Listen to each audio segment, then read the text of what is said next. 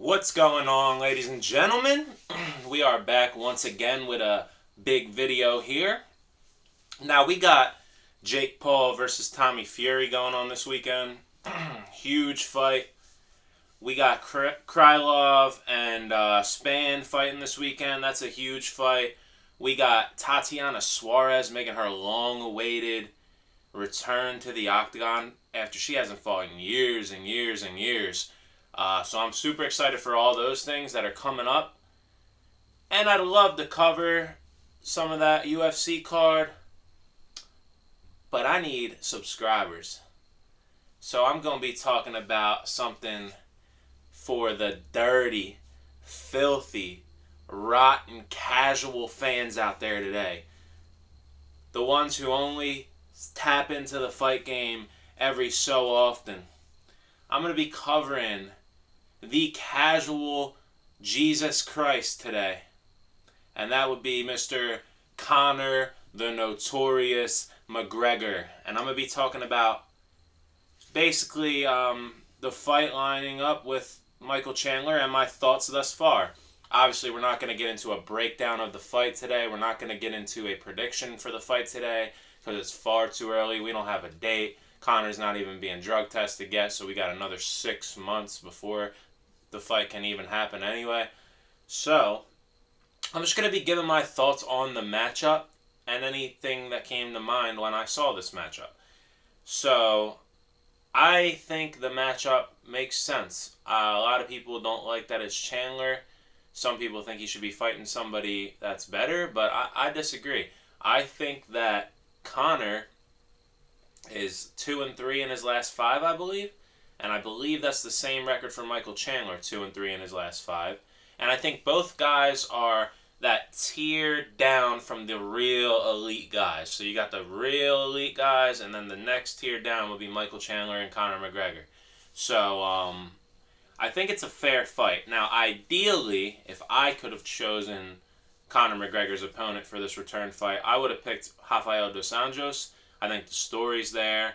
I think it's a better fight. I think that it could go longer. And I just think the build-up would be better. But they tried to beef up the build-up a little bit with this Ultimate Fighter curve that they threw in here. And it's interesting. They're definitely going to generate more numbers for the Ultimate Fighter than they usually do.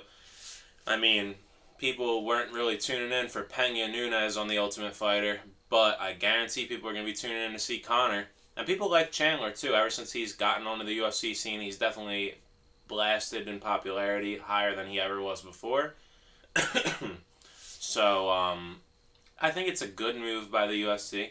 I think that Michael Chandler is a good matchup if you're trying to set Conor McGregor up for a win, which is obviously what the machine wants.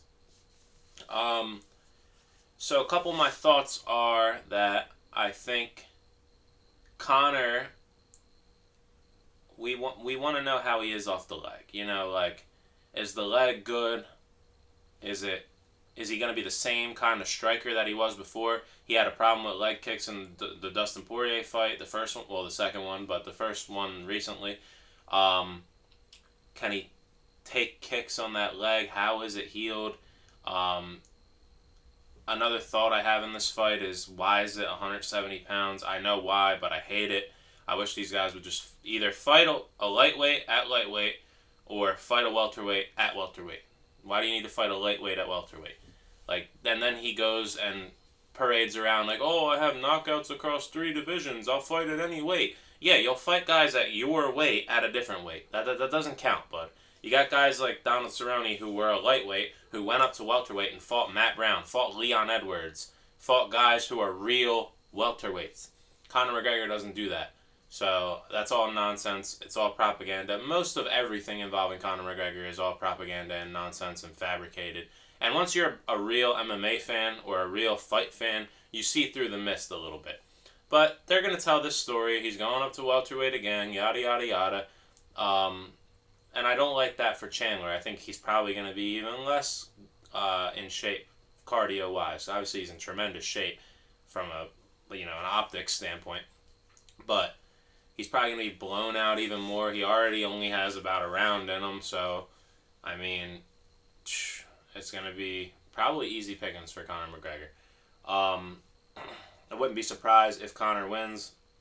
If he calls out Dustin Poirier, that's another thought in my head. Dustin's kind of in limbo right now. I'm sure he'll do something in between now and when Conor fights Chandler, but it's not going to be anything title related. So maybe he can win a fight, Conor can win a fight, and they can run that fourth fight, which I'm fine with. Whatever. Conor's like, as long as Conor's not fighting for a belt, I'm fine, because he obviously, in sport, in the way sports are supposed to work, he's not really anywhere near contention. But we know combat sports don't really care about, standings and things like that. They just care about generating money. So, yeah, I think that that could be a setup that he goes for. He could fight Dustin Poirier after this. But as far as this Ultimate Fighter thing goes, I heard that Conor kicked out 3 of the best fighters that were going to be on this competition in order to bring in his own folks. And that's terrible, because I heard these guys were already in town, already, for weeks, and apparently they just got sent home, basically told to F off. And, yeah, I think that's bad taste. But we know that Conor McGregor is not a great person. We're already very aware of this. So it doesn't surprise me at all. Even the Artem Lobov season of The Ultimate Fighter, when Conor coached last, Artem should have been nowhere near that final, but Conor got him there. So, and obviously when Artem got into the UFC, it was proven that he shouldn't have been there in the first place. That's what I like about this. They can give so much favor to the guy. They can give so much favor to his guys as much as they want, but once you're in the octagon, the truth is going to be told. And eventually these guys are probably going to be weeded out, because I'd assume they're not very good. If they weren't in consideration to get on the Ultimate Fighter in the first place, and they were wanting it, then they probably weren't good enough to be on there.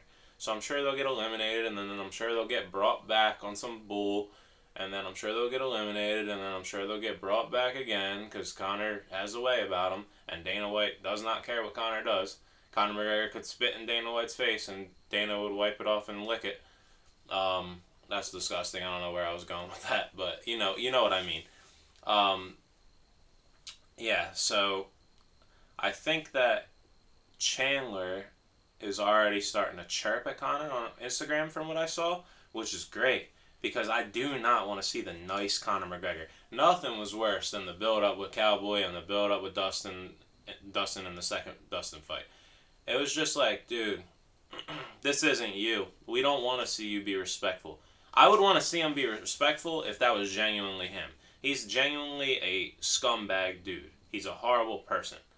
So, just be a horrible person. That's what everybody loves you for. I want to see you talk crap. I want to see you get in Chandler's head. And I really hope we see that. I don't want to see the nice Conor. It's fake. It's like when Floyd was being nice in the Deji press conference. Like, dude, we know you're not nice. We know you're not a good dude. We just want to see you be you. We pay to see guys like Conor McGregor and Floyd Mayweather because they bring that show that we're used to from them. And when we get robbed of that, it almost takes the fun out of the fight. Especially now, knowing that if Conor McGregor's nice and you knock his ass out, he's going to turn mean anyway. Just be mean from the start. You know what I'm saying? Just be vicious and mean and be the Conor we all love to see. And that would be a lot better off for us. So, leading up to this fight, I'm sure sitting in a house with Michael Chandler for weeks and weeks and weeks while filming. Obviously, they're not staying there, but they'll be in close corridors for weeks and weeks and weeks. I'm sure eventually tensions will boil over. I'm sure eventually by the time we get to the fight or fight week, they'll have a lot of animosity. At least I hope. I really don't want to see this handshaking, smiling bullcrap that Conor's been doing in some of his recent fights.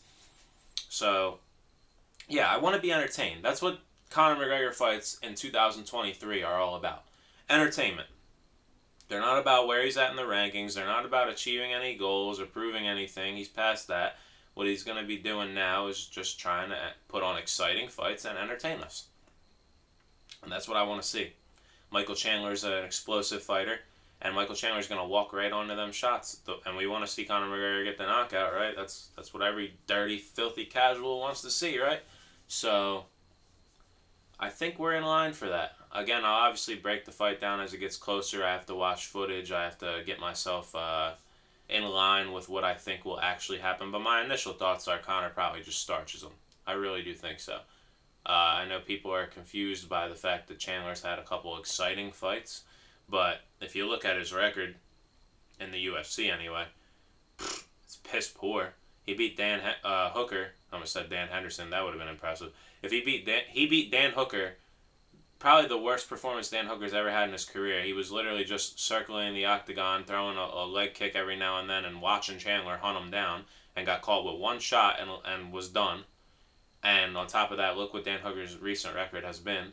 And then he beat Tony Ferguson, who's on the slide of a lifetime, and it may be the most obviously not their old selves of a fighter I've ever seen in my life. Like, when you watch Tony Ferguson in 2015 and then you watch Tony Ferguson versus Nate Diaz, like, it looks like Tony Ferguson's grandpa came and fought. It doesn't even look like him. So, I mean, Michael Chandler got dropped by Tony. The ghost of Tony Ferguson dropped Michael Chandler. So explain to me how that happens. So, yeah, it's a fight between two guys who, are just here to entertain, really. It's not about the title. So enjoy it, guys. I'm going to enjoy it. I'll definitely be watching The Ultimate Fighter. And just appreciate these fights. Appreciate every fight for what it is. Don't stress yourself out with the, worrying about what the UFC is going to do with him. Because one thing I had to make peace with as a fan is that the UFC is not fair. The UFC does not care about how good you are. They got Curtis Blades, who should have been in a title shot years ago, but he has a stutter and he's a wrestler, so he's never going to get a title shot. He could beat Stipe Miocic in his next fight. He could beat Sergey Pavlovich in his next fight. He could beat anybody in the world. They could bring back prime Cain Velasquez and Curtis Blades could slam him on his head and knock him out, and they still wouldn't give him a title shot. Same thing with Beneil Dariush. He looks like an old man with his gray hair. He doesn't talk very appealing. He doesn't look very appealing. So he could beat everybody under the sun, and he'll probably never get a title shot. I'd be surprised if after the Charles fight they give him a title shot. Maybe they'll be forced into it at this point, but it's like, we know what's going on, guys. We know it's unfair, so just make peace with it. You know who the best is. Just enjoy the ride and enjoy the fights. It's out of our hands, So enjoy this Conor McGregor, Michael Chandler season of The Ultimate Fighter, and we will officially break down and predict that fight when it is time. Thank you. Oh, wait, I forgot one thing. Subscribe. Did you do it yet? It's right down there somewhere. All you have to do is click it. Turn on the notifications, the little bell, and like the video, and comment on it. Tell me if you think I'm a hater on the Conor situation. Tell me anything. Come on. But most importantly, hit the subscribe, because, you're taking too long. Alright, goodbye.